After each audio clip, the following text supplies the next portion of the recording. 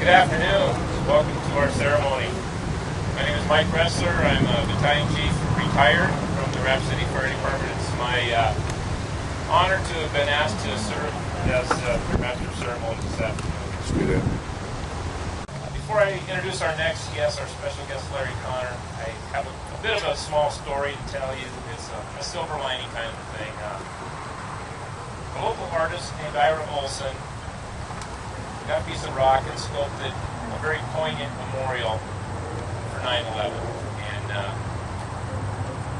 make the story short, that sculpture needed to go to New York and needed to be presented to the Fire Department of New York, FDNY. And the diplomats of the Chamber of Commerce, in their genius, decided to commission 3 firefighters to deliver that piece of sculpture to FDNY. And so I was one of them. And Monty Murtis and Steve Oswald, we all drove straight through to FDNY with some cash in our pockets and some instructions to save every receipt. And we were met by Larry Connor. And I met him on the morning in March of 2002 when he took us for a tour of Ground Zero.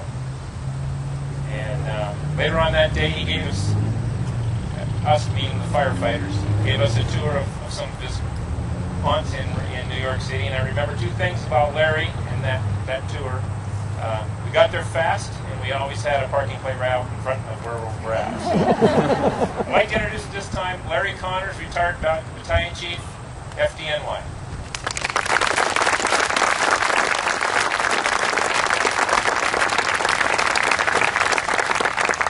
Good afternoon, my brothers and sisters in the fire and police service. You military veterans, both past and active today, and to you folks here from the city of Rapid City. I'm honored to be here today. I'm honored to be able to unveil this piece of steel that comes to you from the New York City Fire Department. I want to thank a citizen of your city who put a lot of work into making that happen. An unassuming guy who seems to me always works behind the scenes and gets things done. And I know he's up there somewhere, Al Cornella.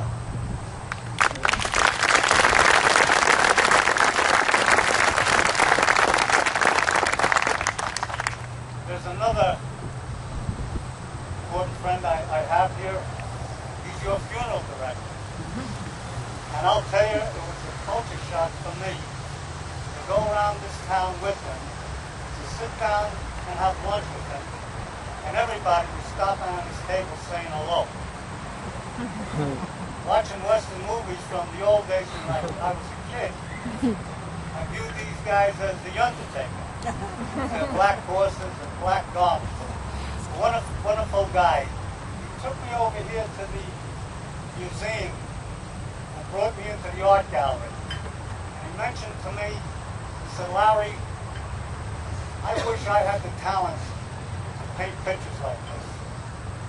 And Ira Olson, where are you? I thought of you.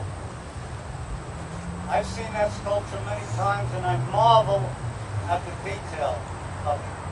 And as I told you before, today's the first day I've met you, that it's in the 9/11 room of Fort Cotton in the Bayside Historical Society. And people are viewing it as we speak.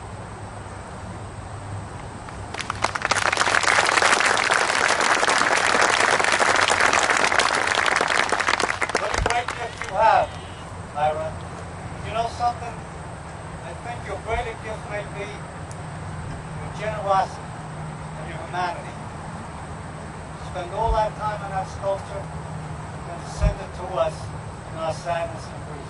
Thank you very much.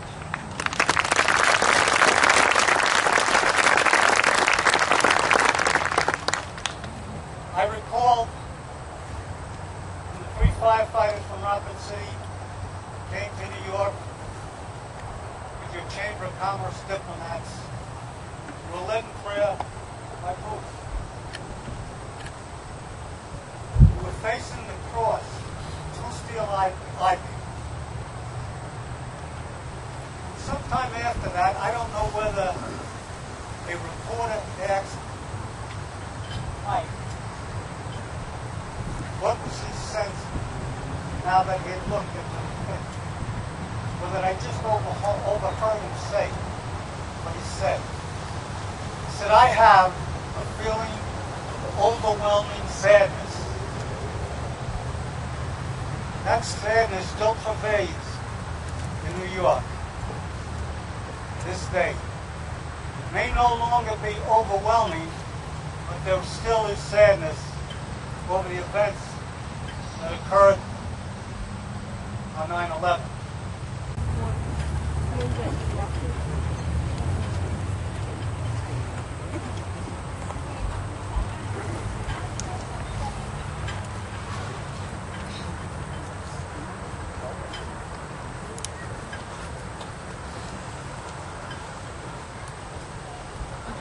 Sit down in front, please. Thank you.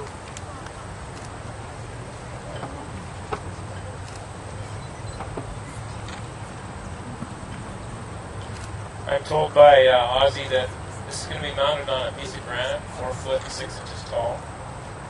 The 3 bronze plaques that we have up here in front of the stage on this table will be affixed to 3 sides of it, and will become a memorial inside the Civic Center, and I believe it will be placed just by the Fine Arts Theater lobby in the ticket area there, so we'll have our own memorial here in Rapid City. Thank you.